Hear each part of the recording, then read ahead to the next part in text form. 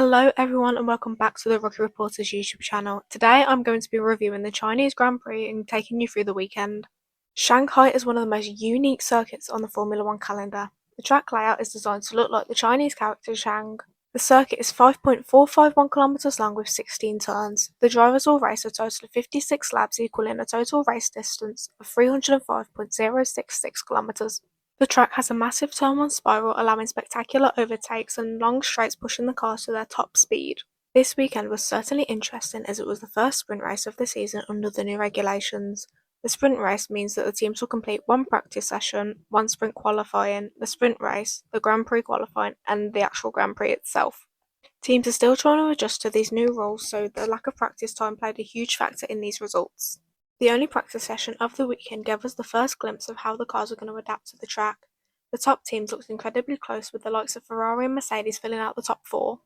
Speaking of Ferrari, we saw them test out their new Macarena wing, which is where the rear wing flips 180 degrees when activated. Several of the younger drivers look surprisingly comfortable on this track, with the likes of Ollie Behrman scoring P7 ahead of his teammate Esteban Ocon in P15. However, teams started reporting reliability concerns and setup issues with their cars. An example of this is Lando Norris letting his engineer know of a gearbox issue he was having. Sprint qualifying had given us our first real competitive session of the weekend. SQ1 showing drivers struggling to warm up their tyres and therefore had no grip to pull together the perfect laps. Some of the midfield teams managed to squeeze their car into SQ2, whilst both drivers from teams Aston Martin, Cadillac and Williams struggled to get out of the bottom 6. All throughout sprint qualifying, the drivers were separated by just a few tenths. However, Mercedes managed to continue their domination by grabbing a 1-2 ready for the sprint the next day. The sprint race on Saturday let us see how the Grand Prix would roll out on the Sunday. The start gave us immediate action with Lewis Hamilton sliding into P1 just midway through the corner of turn 1.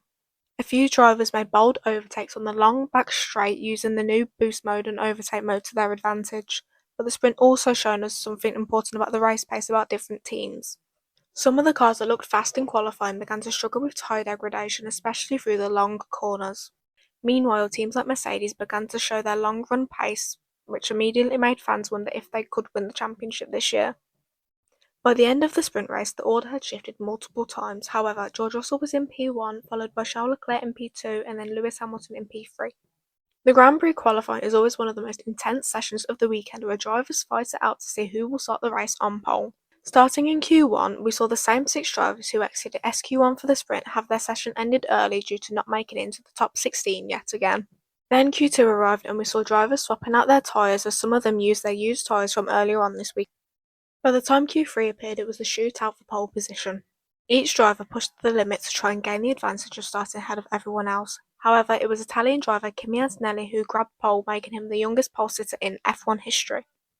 Moving on to the Grand Prix, 4 drivers didn't start the race. This was Alex Albon, Gabriel Bortolesso, Lando Norris and Oscar Piastri. These were due to mechanical issues with their car and were then wheeled back into the garages from the grid. Lights went out and then, as you would have expected, a Ferrari shot into first place within the first corner. The long opening corner of the circuit allowed drivers to go for insane overtaking opportunities while forcing others to defend aggressively.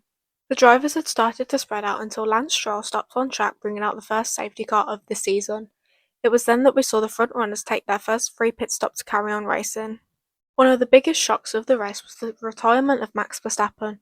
The 4-time world champion was forced to pull into the pits with a technical issue, ending his race early. Other drivers also struggled with mechanical issues which shuffled up the order even further. We later saw Fernando Alonso retire due to the reliability issues of the Aston Martin with their battery and engine. As the race moved on into its final stages, it was pretty clear who was going to win the race. Kimi Antonelli had been leading the race since early on and had managed to build a 9-second gap to his teammate George Russell, who was too busy defending from the Ferraris behind him. It was this race that Kimi Antonelli managed to achieve his first F1 win. Along with this, Lewis Hamilton also managed to get his first Ferrari podium since joining them back in the start of 2025. If the rest of the season is anything like we saw in Shanghai, we are going to be in for an unpredictable season of racing.